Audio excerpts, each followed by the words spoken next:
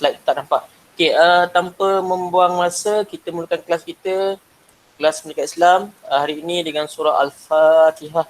Al-Fatihah. Iya kenapa? Iya kita ini dengan sirat.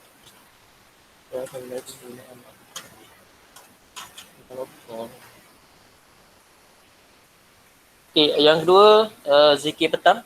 Raditu billahi rabbah wa bi islam dina wa bi Muhammadin sallallahu alaihi wasallam nabiyyan wa rasulah. Yang bermaksud aku redha Tuhan Allah sebagai Tuhanku dan agama Islam sebagai agamaku dan Nabi Muhammad sallallahu alaihi wasallam sebagai nabi dan rasul. Okay, yang seterusnya untuk hari ini kita akan belajar pelajaran 23 solat mercu kejayaan. Slide okey tak muncul lagi slide.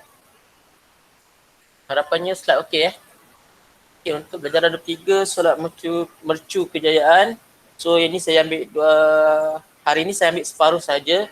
Sebelum hari Isnin minggu depan saya akan masuk lagi separuh mana-mana yang sempat. Okay, untuk hari ini untuk maksud solat yang ni ada dalam buku teks muka surat 131.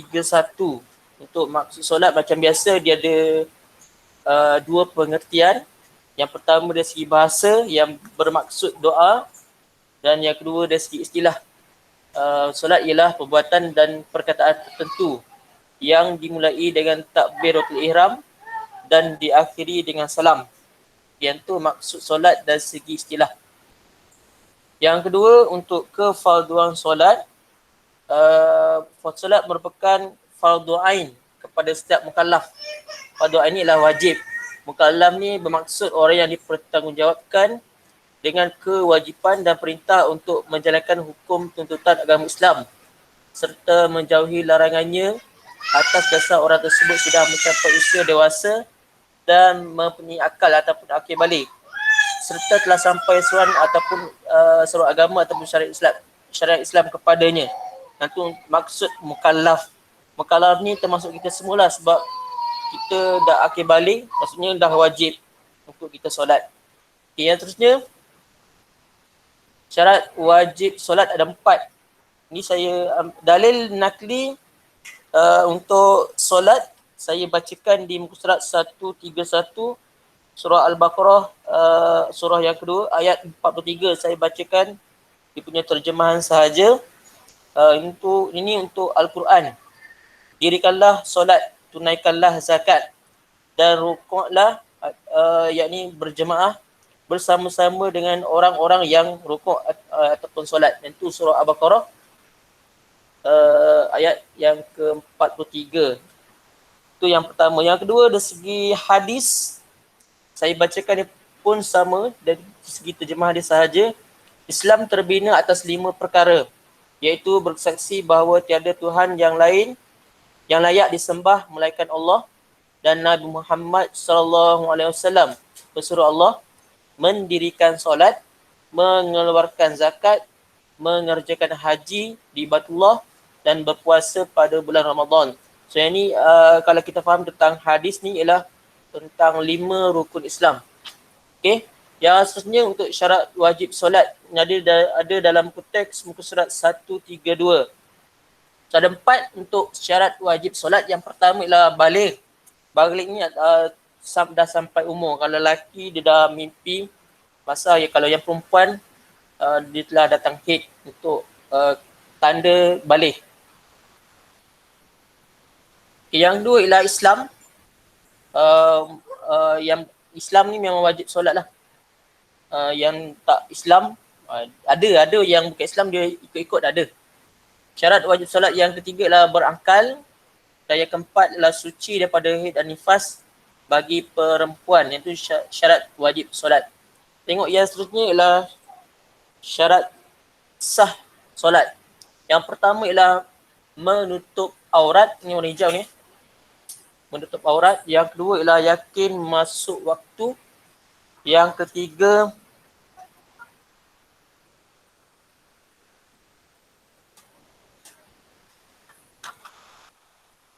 Yang ketiga ialah suci daripada najis pada badan, pakaian dan tempat. Itu yang ketiga. Yang keempat, suci daripada hadas kecil dan besar.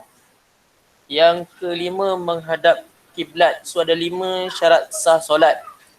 So, untuk yang seterusnya, perkara yang membatalkan solat, saya bacakan ada ke dalam konteks ni ada 12 perkara. Yang pertama, berhadas sebelum salam yang pertama. Ni contoh lah, contoh dia terkencing ke sebelum salam yang pertama. Itu maksudnya dah batal solat. Yang kedua, bercakap dengan sengaja walaupun sedikit. Biasanya form 1 dia lelaki lah. Kalau cikgu tak ada, dia bercakap kan. Dalam solat pun tak boleh bercakap. Yang tu sebenarnya telah membatalkan solat. Itu perkara yang kedua.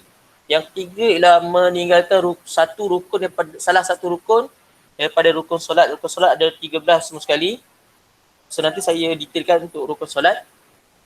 Yang keempat, hilang ingatan kerana gila, pitam ataupun mabuk. Maksudnya tengah solat, dia pengsan ke apa ke, yang tu perkara tu yang akan membatalkan dia solat lah.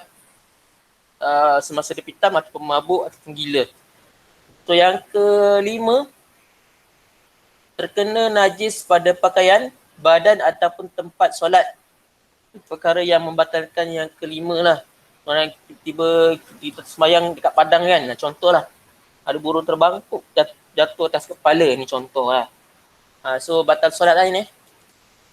Yang keenam, pergerakan anggota besar seperti kepala, badan, tangan dan kaki sebanyak 3 kali berturut-turut. So maksudnya anggota badan yang besar, kepala, badan dan tangan dan kaki 3 kali secara berturut-turut. So ada kata tak berturut tu tak ada masalah. Dan saya bagikan contoh sekejap lagi.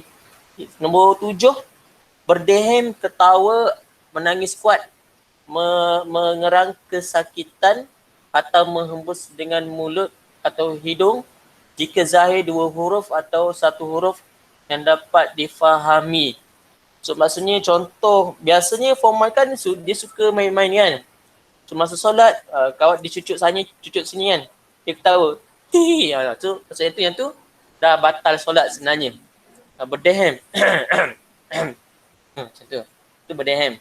Menangis kuat. Tak ada pula orang menangis. Ada orang solat, ulama salafus soleh dulu, dia solat sambil dia menangis, meneteskan air mata.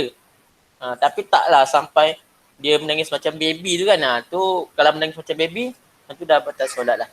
Okay, nombor 8, makan ataupun minum. Maksud solat, dia makan ataupun minum tu batal solat dah.